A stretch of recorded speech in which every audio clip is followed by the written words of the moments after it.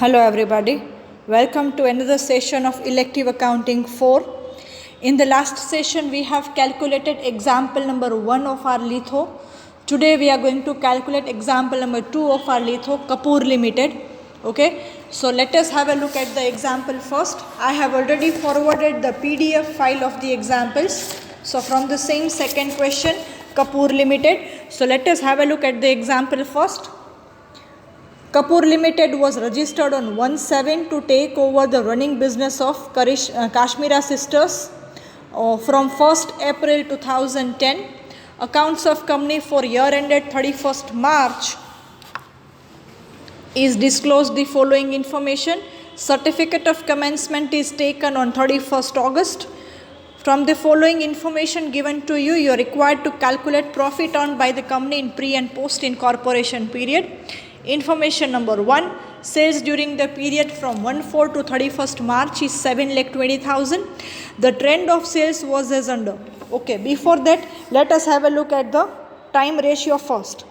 So, pre-timing from the date of purchase up to the date of incorporation. So, purchase date છે 1st April, incorporation date છે 1/7 એટલે કે 30th 6. Okay, so that is 3 months, and post from 1/7 to 31st March, so that is 9 months. So your time ratio is 3:9, it means 1:3. Now total sales is 7,20,000 અને સેલ્સના trend આપેલા છે. April and May half the average sales, August September October average sales, January average sales and February and March half the average sales in each month. So suppose total sales or average sale is 1, તો total sales થશે 12. આપણે અહીંયા assumption લઈએ છીએ. So if total average sale is 1,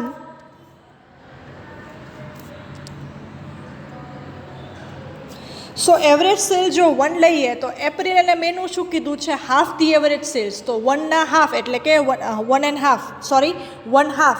તો April અને મે half, એટલે જો એપ્રિલ અને મેમાં શું લખ્યું, હાફ લખ્યું છે. દેન ઓગસ્ટ સપ્ટેમ્બર અને ઓક્ટોબરમાં શું કીધું છે, એવરેજ સેલ્સ જ છે, તો ઓગસ્ટ સપ્ટેમ્બર અને ઓક્ટોબરમાં થયા 1. દેન જાન્યુઆરીમાં પણ એવરેજ સેલ્સ એટલે કે 1. દેન ફેબ્રુઆરી અને માર્ચ તમને હાફ કીધું છે, હાફ ધી એવરેજ સેલ્સ, તો હાફ અને હાફ. તો જે ગિવન છે એ આ રીતે લખી લેવાનું. તો ગિવન કેટલું થયું, એપ્રિલ, મે, ઓગસ્ટ, સપ્ટેમ્બર, ઓક્ટોબર, જાન્યુઆરી, ફેબ્રુઆરી અને માર્ચ. તો આ બધાનું ટોટલ થશે 6. જો અહીંયા નીચે લખેલું છે ગિવન સેલ્સમાં, half plus half plus 1 plus 1 plus 1 plus 1 plus half plus half, એટલે ટોટલ થશે 6. સો ટોટલ 12 મંથ્સ છે, બાકીના બધાનો ટોટલ થાય છે 6. તો ગિવન સેલ્સ 6 છે, તો 12માંથી 6 ગિવન છે, તો બાકીના કેટલા વધશે, 6 વધશે, જે અહીંયા લખેલું છે જો. So this 6 is to be distributed between remaining 4 months, તો આવશે 1.5. સો જાન્યુઆરી, જુલાઈ, જૂન, નવેમ્બર અને ડિસેમ્બર, એમાં 1.5 થશે, રાઈટ. સો પ્રી અને પોસ્ટમાં થશે 2.5 અને 9.5. તો રેશિયો થશે 5:19. એને મલ્ટીપ્લાય કરી નાખવાનું 2થી, સો 5:19. આમ પણ ન કરવું હોય તો બીજી ટેકનિક આપું.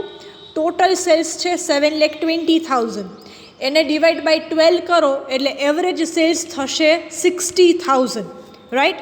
સો એપ્રિલ અને મેનું sales 30,000, August, September, October, January 60,000 લખી નાખવાના, અને ફેબ્રુઆરી અને માર્ચમાં લખવાના 30,000. પછી જે સેલ્સ બચે છે એને રિમેઇનિંગ નંબર ઓફ મંથ્સ સાથે ડિવાઈડ કરવાના, એટલે આઈ થિંક 30,000 આવશે. તો એને અગેઇન તમારે લખી નાખવાના રિમેઇનિંગ મંથ્સમાં, અને પછી પ્રી અને પોસ્ટનો ટોટલ કરી નાખવાનો, એટલે તમને તમારા સેલ્સનું ડિસ્ટ્રીબ્યુશન ડિરેક્ટલી મળી જશે. This 2 different methods you can adopt any of them. So finally your sales ratio is 5:19. Next, Gross profit, so GP is not given directly, but sales and cost of goods sold, both of them are given. So sales minus COGS એટલે 3,60,000. Interest paid on purchase price is also given, which is paid on 1/11, right? So pre-timing starting from April. So April, May, June, July, August, September, October, 1/11 એટલે નવેમ્બરના first ડેટના પે થાય છે. So November is not going to be calculated. So April, May, June pre month અને બાકીના 4 post month. So 3:4. Interest paid on purchase price will be distributed in the ratio 3:4. Now these were the working notes related with your example number 8. Example number 2. Look at your last adjustment, expenses including related to company 7,800. એટલે આની separate entry આવશે. Last item લખવાની expenses અને પૂરેપૂરા ખાલી પોસ્ટમાં આવશે 17,800.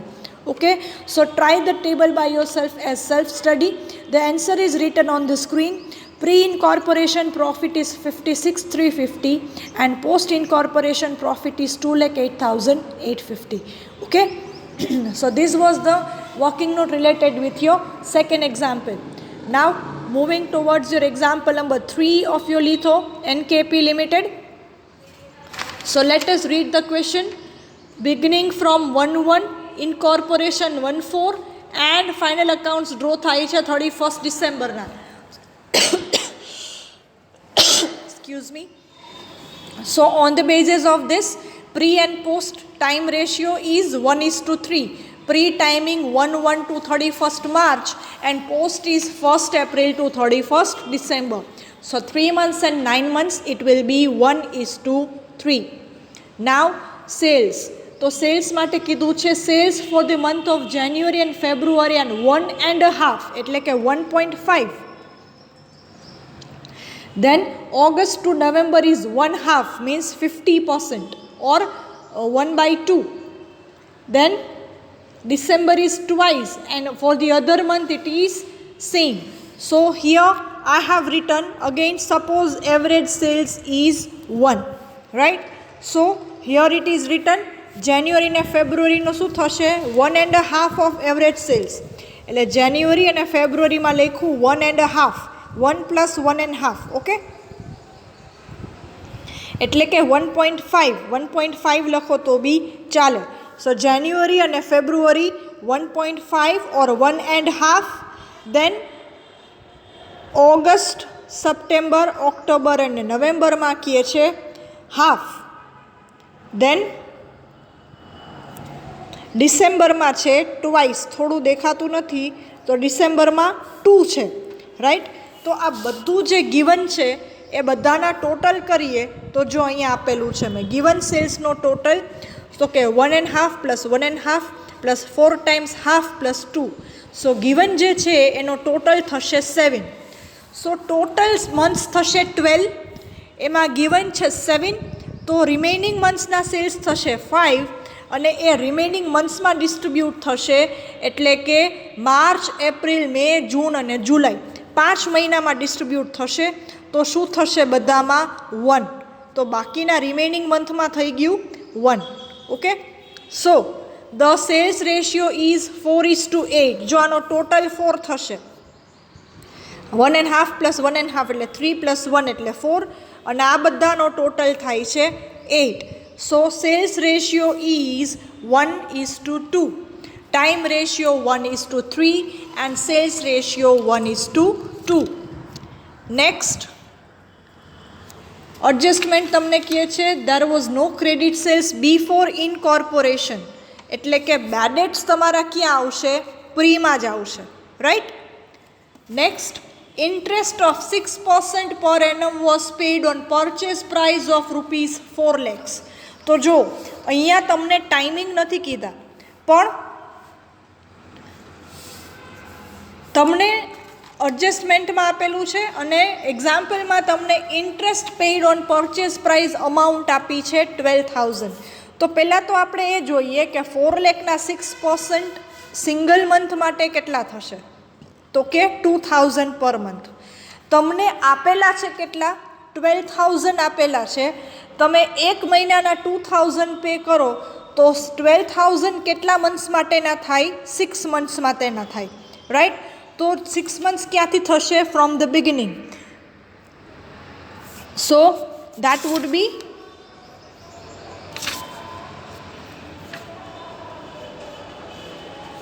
January, February, March, April, May and June, 6 months. So January થી March pre થશે અને April થી June થશે 3 months, a post. So 1:1. In short અહીંયા તમને એડજસ્ટમેન્ટ થોડું ટ્વિસ્ટ કરીને આપ્યું છે. આની બદલે જો તમને એવું આપી દઈએ કે interest paid on purchase price as on 1st July, તો તમને ખબર પડી જાય કે 3 મંથ્સમાં ડિસ્ટ્રીબ્યુશન થશે, right? So here we need to compare both this things simultaneously. Adjustment number 3 and the amount of interest paid on purchase price, both. So purchase price is 12,000 total, interest will be 2,000 per month. So as we have paid 12,000, it means we have paid the interest for 6 months. So from the beginning of the month up to June. So that would be 3 months of pre and 3 months of post. So interest paid on purchase price will be distributed in the ratio 1:1. Or મેં અહીંયા તમને second બી આપેલું છે, કેવી રીતે થશે? 2,000 in each one from January to June.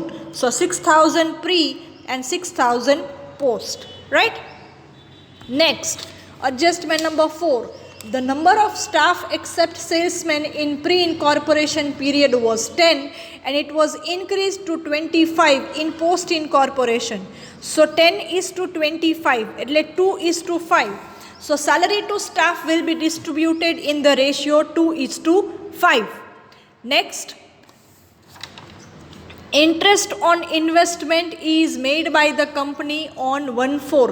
So 1/4 પછી તમે ઇન્વેસ્ટમેન્ટ કરેલું છે તો ઇન્ટરેસ્ટ બી 1/4 પછીના કેલ્ક્યુલેશન થશે. So that will be completely in post incorporation period. So interest on investment will be return in completely in post incorporation period. Next, depreciation, important one. See, depreciation માટે તમને adjustment આપેલું છે. depreciation asset include depreciation at 10% per annum on machinery of rupees 2,500 which is purchased on 1st July. તમને જે total depreciation આપેલું છે એક્ઝામ્પલમાં 1,125, એમાં એક ડેપ્રિસિએશન એવી મશીનનું ઇન્ક્લુડેડ છે કે જે મશીન 1st જુલાઈના પરચેસ કરો છો ₹2,500ના અને એનો ડેપ્રિસિએશન રેટ છે 10%. તો આપણે અહીંયા બાયફિકેશન કરેલું છે. જો ટોટલ ગિવન છે 1,125, એમાંથી મશીનનું કેટલું થાય અને અધરનું કેટલું થાય? તો મશીનનું થાય છે 125. કેવી રીતે? 17 થી 31st માર્ચ લઈ લેવાનું, એટલે 6 મંથ્સ. સો 2,500 ઇન્ટુ 10% ફોર 6 મંથ્સ એટલે થયા 125. તો 17નું ટાઈમિંગ છે એ પોસ્ટમાં જાય છે. તો આ 125 રૂપીઝનું જે ડેપ્રી છે એ પૂરેપૂરું ક્યાં જશે? પોસ્ટમાં જશે, રાઈટ? તો બાકીનું ડેપ્રી કયું છે? Other depreciation or depreciation on other assets છે 1,000. એ રેગ્યુલરલી આપણે જેમ ટાઈમ રેશિયોમાં ડિસ્ટ્રીબ્યુટ કરીએ એમ કરી નાખવાનું. સો 1,000 is distributed in the ratio 1:3. સો પ્રીનું 250 અને પોસ્ટનું 750. તો પોસ્ટમાં બે ડેપ્રિસિએશન આવે, એક તો 750 અને એક તો આ 125. સો ફાઇનલી તમારા સ્ટેટમેન્ટમાં આવી રીતે પોસ્ટિંગ થશે. ડેપ્રિસિએશનમાં પ્રી 250 અને પોસ્ટ 825. 825 કઈ રીતે? 750 બીજી બધી અસેટનું ડેપ્રિસિએશન અને 125 પૂરેપૂરું પોસ્ટનું જે છે મશીનનું depreciation, right? So this is the working note for depreciation, and certain hint is written: share transfer fees, directors fees, interest on debenture, bad debt reserve and preliminary expense. All of them will be posted in only post incorporation period, right? So again, table of this example is also in homework. I have given you the profit. There is a profit in pre-incorporation 11,250 and in post-incorporation there is a loss of rupees 6,000. Okay, so try the table of both these examples in homework. I'll be showing you the example afterwards, or we'll get it tallied afterwards, right? So don't forget to write all these things in your notebook. In the next session we are going to solve next example from the litho. Thank you all.